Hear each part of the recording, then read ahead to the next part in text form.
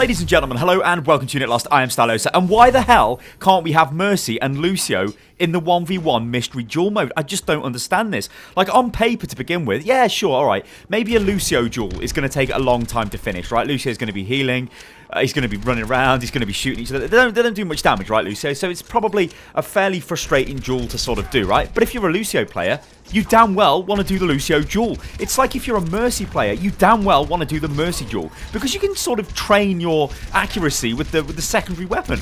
Now, in Mercy's example, I think the reason why is her passive, okay? So when she takes damage, after she's not taking damage for a couple of seconds, she basically regenerates her health dead quick. So Mercy would have to be, you'd have to burst the enemy Mercy down really quick before she actually healed herself. But this is where I don't understand, like, where this thinking has come from, because what I presume they have done is they've tested all of the heroes and decided that Mercy and LUCIO are not that fun to play in the duel. But they really would be for people who main LUCIO and Mercy. They really want to do these duels, so just give us the duel.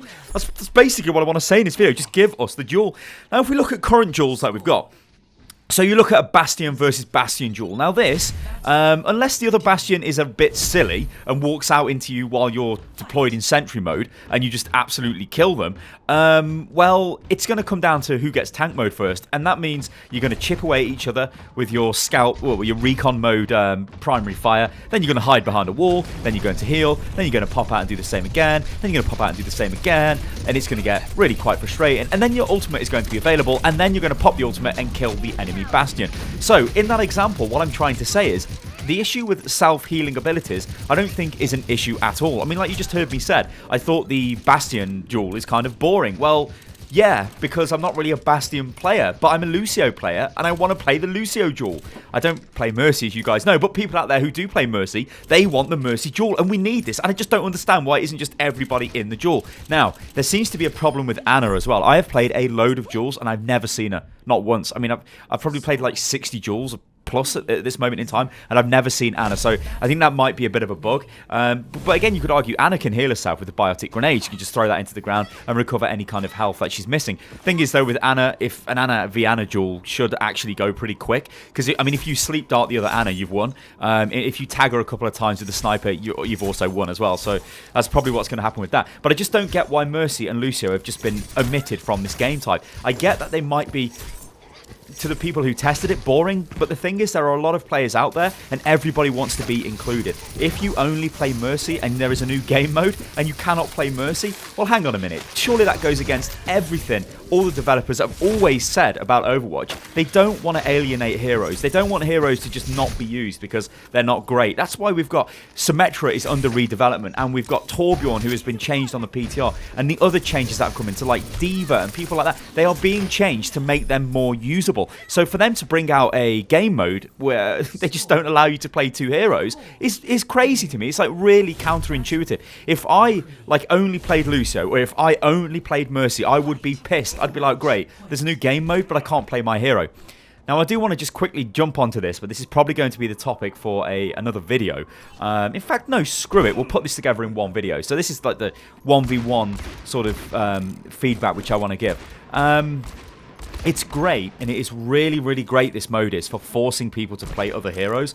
Now, I know force is a strange word to use. You don't really want to force people to do things, but if you are that Mercy main, or you are maybe a tank player like me, it's nice to jump out onto the other classes and just sort of go in a 1v1 environment, because it gives you so much information on what the enemy player is going to do. So, if you ever do get caught into a 1v1 situation, say you're playing McCree or you're against a McCree, you kind of know what McCree's going to do. Now, I know McCree is not exactly the most intense character to work out. You know, if you go close to him, he's going to flashbang you, and he's probably going to fan the hammer you. If you don't get close to him, he's just going to shoot you and probably chip you away. But that's kind of it. But if when you look at other ones, like maybe Winston, which I found to be a really interesting duel, a lot of Winston comes down to who can apply the Tesla cannon first and who can land on the other Winston more than the other Winston lands on you. So it teaches you to jump up vertically in the air and keep landing back down on top of the other Winston. It's a great way of becoming better at the game. Even Roadhog. I'd say for me, like Roadhog and Genji are the ones that I really need to practice on.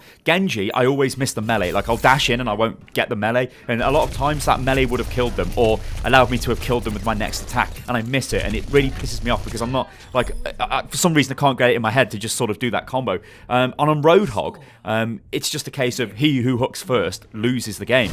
But there are a lot of times where I've got this so drilled into my head that I could actually have hooked them and just killed them. Like, there's no way they could have killed me, because they were like, maybe they were about to die, maybe their hook was down, maybe, you know, just any kind of like kill like that I could have got, but I don't, because I'm too stuck in my way of Roadhog. I must let them hook, and then I will hook, and then I will win the fight.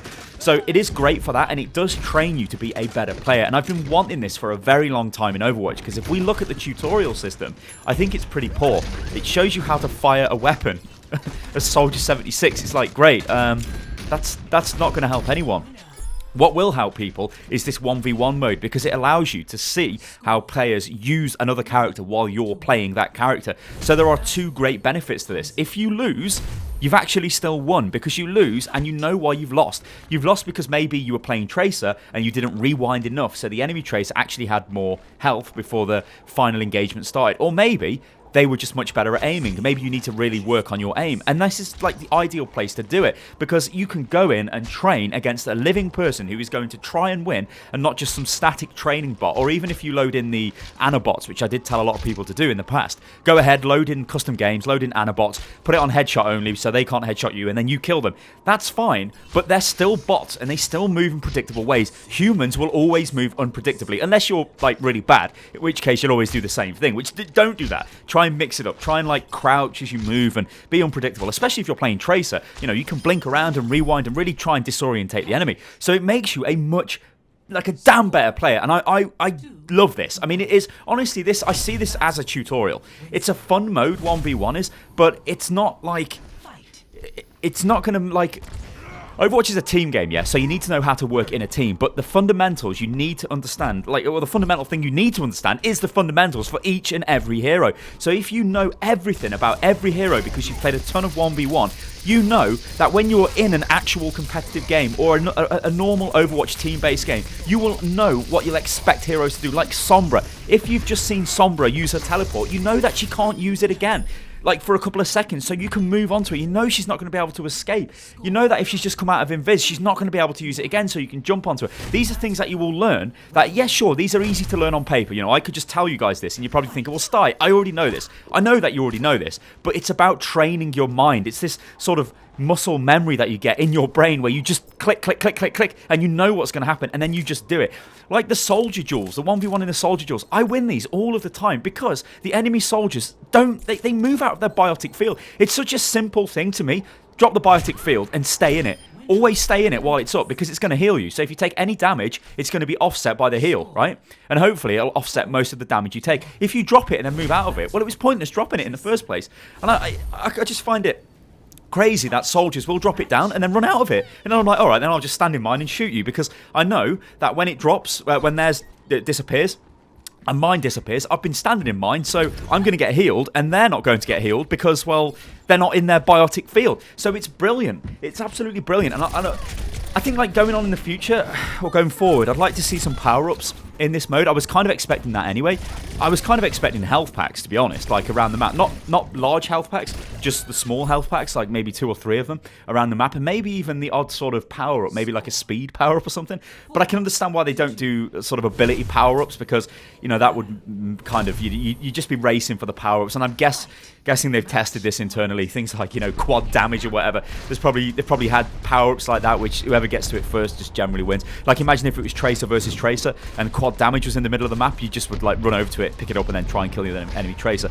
Or they could have random spawns, but then it takes away the skill, because if like the quad damage spawns near to you, which would be a power-up that makes you do 4 times the damage, then you would win just because you got lucky. So I can understand why there's not power-ups, but little health packs, I don't know, I kind of would like to see them, really. But again, please, Blizzard, put Mercy and put Lucio into this and fix Ana, because I don't think Ana's showing up at the moment. If she does, she's very, very rare, because all of the heroes need to be represented. This is Overwatch. Everybody wants to play their hero, and if you start alienating people because they play a certain hero, I know that's maybe not the point of the 1v1. I think it is generally designed to be this tutorial mode where it will show you other heroes, and then you can get used to playing them against somebody else and work out how they play them, or work out what works for you.